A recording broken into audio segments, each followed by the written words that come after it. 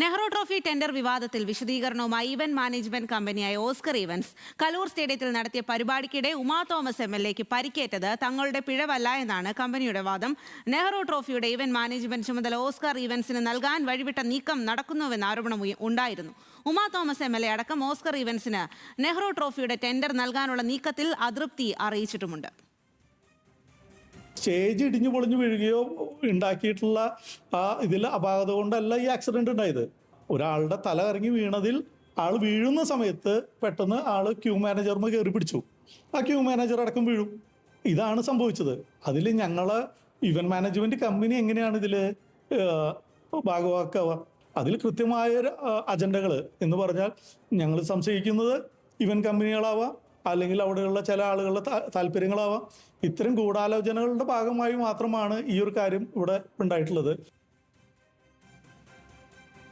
Levin K Vijayan വിവരങ്ങളുമായി ചേരുകയാണ്. Levin, നമുക്കെല്ലാം നമ്മുടെ മുന്നിൽ വ്യക്തമായി നമുക്ക് ആ ദൃശ്യങ്ങളൊക്കെ ഉള്ളതാണ്. നമുക്കെല്ലാം അറിയാം എന്താണ് അവിടെ സംഭവിച്ചതെന്ന്. ഇപ്പോൾ ഇവർ പറയുന്നത് ഒരാൾ തലകറങ്ങി വീണു എന്നുള്ളതാണ്. അത്തരത്തിൽ ഉമാ തോമസ് തലകറങ്ങി വീഴുകയല്ലായിരുന്നു. അവിടെ സ്റ്റേജ് അത്തരത്തിൽ ഇടിഞ്ഞു വീണിട്ടാണ് അവർ താഴേക്ക് വീണത് എന്നൊക്കെ അന്വേഷണം അടക്കം നടന്നതാണ്. ഇപ്പോൾ ഓസ്കാർ ഇവന്റ്സ് അത് തങ്ങളെ ന്യായീകരിക്കുകയാണ്. അതിനൊപ്പം തന്നെ ഈ നെഹ്റു ട്രോഫിയുമായി ബന്ധപ്പെട്ടിട്ടുള്ള കാര്യത്തിലും അവർ ഇടപെടുന്നു എന്നുള്ളതാണ് അവരുടെ അഭിപ്രായം. ആ രീതിയിലാണ്. അപ്പോൾ എന്താണ് അവർ ഇതിൽ പറയുന്നത്? സ്വാതി, നെഹ്റു ട്രോഫി വള്ളംകളിയുടെ സംഘാടനത്തിൽ നിന്നും അതിൻ്റെ പ്രധാനപ്പെട്ട ഇവൻറ്റുകൾ കൈകാര്യം ചെയ്യുന്നതിൽ നിന്നും കരാർ വിളിച്ചിരുന്നു. ആ കരാറിൽ ഓസ്കാർ ഇവൻറ്റും തൃശ്ശൂർ ആസ്ഥാനമായാണ് അവർ പ്രവർത്തിക്കുന്നത്. ഓസ്കാർ ഇവൻറ്റും ടെൻഡർ സമർപ്പിച്ചിരുന്നു.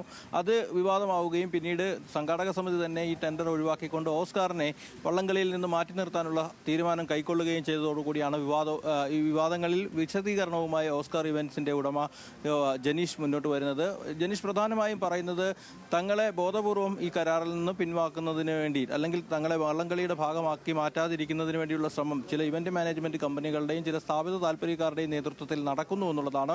ഉമാ തോമസിന് പരിക്ക് പറ്റിയ അപകടം, അതുമായി ബന്ധപ്പെട്ടുകൊണ്ടുള്ള മൃദംഗ വിഷൻ എന്ന് പറയുന്ന ആ ഒരു പ്രധാനപ്പെട്ട ഇവന്റ് മാനേജ്മെന്റ് കമ്പനിയുടെ അല്ലെങ്കിൽ ആ പരിപാടി നടത്തിയ അത് കണ്ടക്ട് ചെയ്തിട്ടുള്ള ആ കമ്പനി അവർ തങ്ങൾക്ക് സബ് നൽകിയ പ്രവർത്തനങ്ങളുടെ ഭാഗമായിട്ടാണ് കൊച്ചിയിൽ ആ സ്റ്റേജ് തങ്ങൾ ഒരുക്കിയത്. പക്ഷെ അത് ഒരു സുരക്ഷാ പിഴവിന്റെ ഭാഗമായിട്ടല്ല ഉമാ തോമസ് അവിടെ വീഴുന്നത്. ആ സ്റ്റേജ് നിർമ്മിച്ചത് ഫോട്ടോ എടുക്കുന്നതിന് വേണ്ടിയിട്ടാണ്. അതായത് ഈ വലിയ ഈ ഗിന്നസ് റെക്കോർഡ് ലക്ഷ്യമിട്ടുകൊണ്ടുള്ള വലിയ നൃത്ത പരിപാടി നടത്തിയിരുന്നു. ആ നൃത്ത പരിപാടിയുടെ ഭാഗമായി അവസാനം ഭാഗത്ത് ഫോട്ടോ സെഷന് വേണ്ടി പ്രത്യേകം തയ്യാറാക്കിയ സ്റ്റേജിലാണ് പിന്നീട് അത് സ്റ്റേജായി മാറുന്നത്.